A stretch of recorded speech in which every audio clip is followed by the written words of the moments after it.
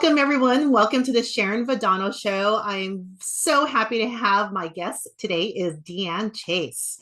Deanne, thank you for coming today and being on the show. Thank you, Sharon, for having me. I'm excited for our conversation. Wonderful, wonderful. So, Deanne is a wonderful, wonderful business attorney. She is a business attorney and business strategist who works with business owners to create proper legal structures that from the foundation for successful businesses. Deanne has practiced law for over 25 years and has appeared in virtually every courthouse in Southern California, defending businesses of all sizes against lawsuits. This experience gives her a unique perspective to advise business owners on how to avoid costly mistakes and lawsuits. So thank you so much for being here. I know you have some wonderful tools to share with the audience. And I guess let's get started. So Yeah, it sounds great. I'm excited to be here. And like I said, I really enjoy working with my clients that are coaches in the coaching space. And I know that coaches have very unique legal issues that they may or may not even realize that they have the issues that they do have. And a lot of times my coaching clients will be very excited to get started in their business, and they may or may not always be aware of, and frankly, sometimes they are intimidated by some of the legal issues that come up. Thank you. Thank you. And yes, I know everyone, many coaches, like including myself, were very inspired to just jump in. We just really want to help people. But Yeah. part of the running that we have to get used to running the business part of it. So if you can share the importance of having and maintaining maybe a business entity for the coaching business and how that can protect us. Yeah, absolutely. So I know many coaches when they first start out, they don't. Some of them are like, should I form a business entity? Should I not form a business entity? When to form one, right? And what is it? So my recommendation is that every person with a coaching business form a business entity. My preferred entity of choice is an LLC, a limited liability company. And basically what that does is it provides you a separation between your business and your personal assets. It also provides a really great opportunity to develop corporate credit under a business credit under an EIN number for the separate business entity. And so that's and LLCs are really easy to set up, but more important, really easy to maintain. So sometimes people will come to me and they said, my accountant says, right, my accountant says a few things. My accountant says that I should be an S corp, right? That's something a lot of people hear. And so they or their, heaven forbid, their accountant form an actual corporate structure, a corporation, a small corporation. But I don't advise that because corporations are difficult to maintain. You're supposed to keep annual corporate minutes, right? Documenting, your meeting with yourself as a shareholder, to elect yourself as the board of directors, to elect yourself as officers. And people are like, it seems silly. Why am I doing that? It's just me. But if you have an actual corporation, then actually those minutes are very important to provide the liability protection that you really want from that the corporation. But generally speaking, my recommendation is to have an LLC. And as far as when to do it, I recommend that you do it right from the start. And that's another thing I hear almost too often. And again, my coaching business is, you start small, and sometimes your accountant is at the, depending on whether you have an entrepreneurial minded accountant, will often say, oh, wait until you make X number of dollars to form the LLC because you have to pay $800 a year in California, which is true, and it's hefty compared to other states, but I think that is really bad advice on the part of the accountant to tell people to wait until they make a certain dollar amount, and every accountant is different as to what that amount is, which is also, it's kind of like an arbitrary thing. But for me, it's important that you do it right from the start because, like I said, you get an EIN number for the entity from the start. You start to develop that corporate credit. that's when you're signing maybe some long-term contracts. Maybe you're signing a lease. Maybe you're signing a franchise agreement. Maybe you're signing any number of things. And so you want that entity to provide you with that liability protection from the start. But it's never too late. I think, while I recommend it right from the start, it's not too late. But if you've been doing business for a while, then I do think it's advisable, even at that point, to form an LLC. Very good. Thank you very much. And just to be clear that this is for California, because I know that we have coaches all over the United States, but you're basically licensed in the state of California, correct? I'm licensed in the state of California. I mean, I actually do have clients throughout the country, and particularly when we're talking about the next topic, which is trademark, is definitely a national practice. But the same advice goes, no matter where you're located, is that you should still have a business entity in your state. And LLCs are a national. Every state has an LLC statute, and in fact, some are better than others. For example, I mean, just as an aside, we form a lot of entities out of Wyoming, which is surprising. I mean, it's nice. It's a great state. It's centrally located, but it's got great asset protection attached to their LLC statute. So while I'm licensed in California, what I'm talking about is really applies to everyone across the country. Okay, good to know. Yeah, I know that there's a lot of coaches that are all over the United States. Yeah. So I just wanted to make that clear for my audience. So perfect. Oh, Thank you so sure. No, much. I Thank you. Thank appreciate you. you pointing that out, because I don't want people to say, "Oh, never mind, this doesn't apply to me." Yes, and I appreciate the note that even if you already started coaching and you haven't formed one yet, it's still not too late. You can still go ahead and do something like that. So that's wonderful, wonderful advice. Yeah. Now there are Great. some things. I mean, if you form a little bit later, there are, some things that need to be transferred over, right? So, like for example, if you start up and maybe you're doing business through a fictitious business name, like a DBA, then once that entity is put in place, the DBA needs to be transferred to the entity. If you trademarked your brand, that also would need to be assigned to the entity. You may have to open new bank accounts, so it's a little bit of a hassle, but it's still worth it in my opinion. Mhm. Perfect. Perfect. Thank you so much. Well, Sure. speaking of trademarks, that brings us to our next point. Yeah, that's the so, fun part. yes, you did talk about trademarks and how do trademarks actually protect your brand in a coaching business? Well, especially in coaching, I think there are so many words that coaches use, right, as part of their coaching practice, whether it's, the word inspirational or success or what have you, right? And so the coaches are developing programs, systems, coaching programs, courses, different things like writing books. And so you start to build this brand, and your brand encompasses really so many things. For trademark purposes specifically, your brand is by way of trademark your business name, not your entity name, the name that you're using for your business, which can be different.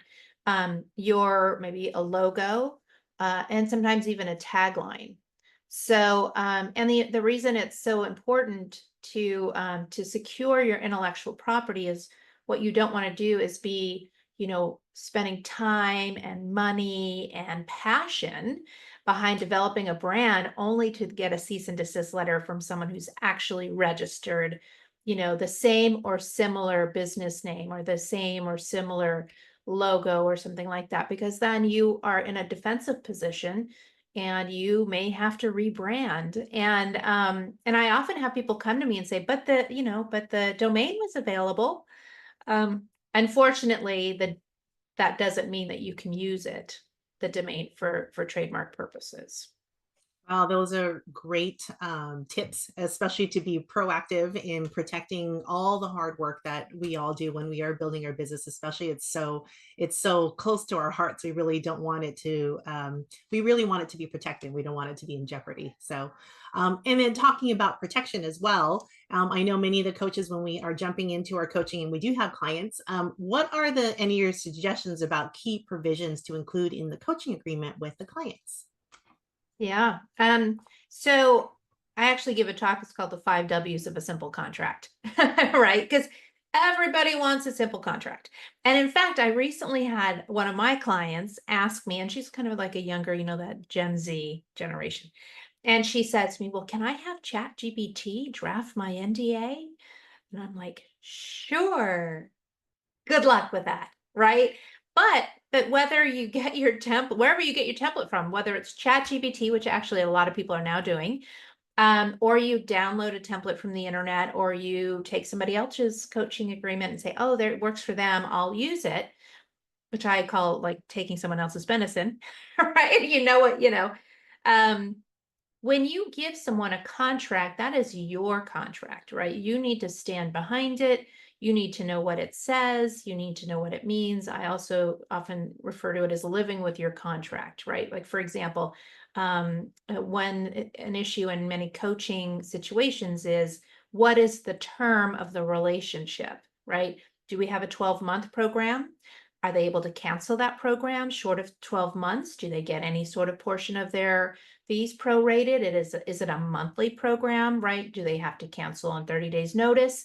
So, so you really want to make sure that you're very clear on, what amounts are being paid, when are they being paid, in what situation can someone get a refund? Like, and another very key provision in a coaching agreement is to indicate that there are no guarantees, right? And of course, you want to protect yourself to say, I'm not providing legal advice, medical advice, I'm not a licensed psychologist, that sort of thing. But then also, as a coach, you want to be able to put in the contract and lay the expectation to say, and you need to participate, right? You need to participate in the process. And you can't just cancel at any time simply because you choose not to participate in the process. And then you have a little bit of buyer's remorse when your card's being charged every month, right?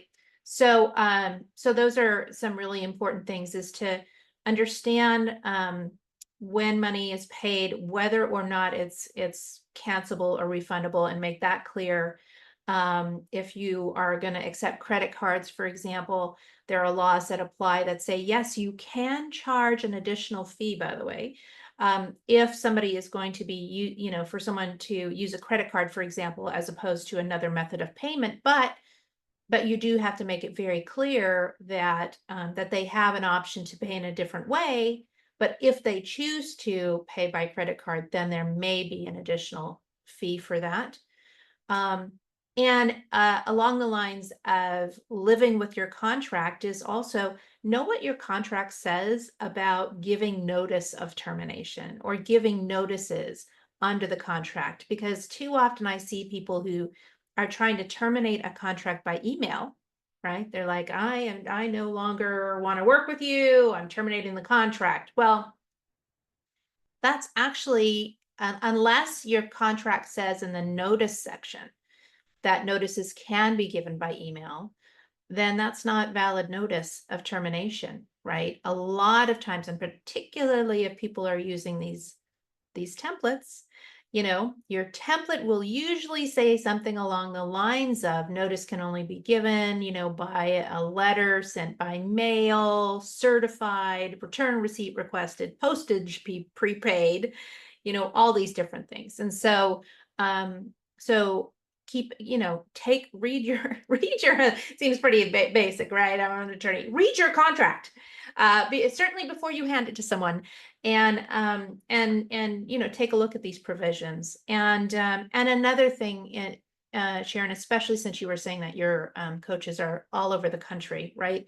Is they're also working with clients that are also all over the country and may or may not be located in their same state, right? So you want to make sure that it's also clear if you have a dispute over payment or anything else, that the law of your state applies. And that if there's a dispute, you can file a lawsuit against them in your state, as opposed to having to go to their state. Because if you don't say anything in the contract, you have to go to their state to sue them to recover, maybe some money that might be owed to you.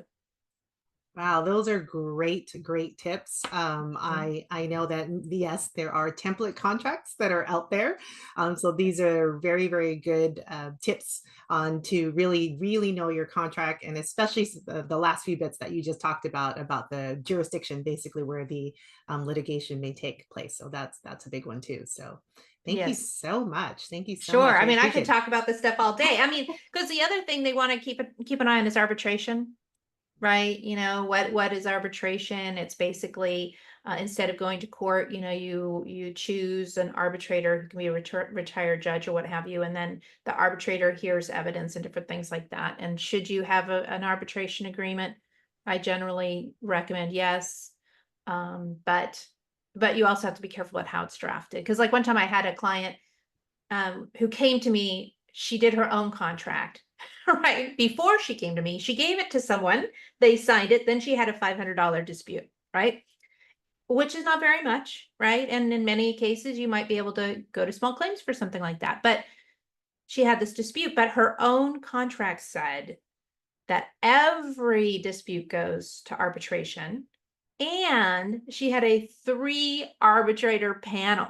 I'm like, where did you get this document? I mean, an arbitrator is going to charge $500 minimum for an hour of their time. So it's like you're not going to, for $500, you're not going to get 3 arbitrators, right? And so anyway, so just, Wow, that's but so many great. stories, right? I bet. And thank you so much. That's great, great insight. I know many of us new coaches and budding entrepreneurs don't really think about that. Everybody, like I said earlier, just really just wants to just get going and hit the ground running and serving clients. But yes, in order for us to serve our clients well, we also have to be able to keep our doors open. So that we can actually do that. We So do. We yes, really do. And I think coaches, they have such big hearts, right? I mean, they want to help people and they want to see people succeed, which is why they do what they do. But they do need to be good business people. great. Thank you And so much. Thank you so much sure. for coming. Yeah. So do you have any like parting words for the audience, and how can they find you if they want to get more information from you? Sure. Yeah. So I have a free gift. It's a top 5 legal mistakes business owners make. Right. And so that I love it as a starting point because it does kind of let people, it builds awareness, right, as to issues to keep in mind. So if they text BizLaw, BizLaw, to 26786, 26786, then they can get the top 5 legal mistakes business owners make. Otherwise, they can just find me by, I'm on Facebook and LinkedIn and Instagram at Chase Law Group, and I'm located in Southern California. Very good. Thank you Yeah. so much for coming. I'll make sure to have all that information in a description so that people can just go ahead and click on that and they can find you if they have any more questions. So thank you so much for coming to this show. I appreciate your time, and I'm sure the audience is going to love all these tips, and they're going to find value in it. So thank you so much again. Great. Thanks, Sharon. Thanks for having Thank me. you. Bye. Thank you for coming to the Sharon Vadano Show. I hope you had an amazing time and these tools served you. My intention is to help you help others. If you love the show, come find me on YouTube and Rumble. Tell your friends, and I'll see you at the next episode.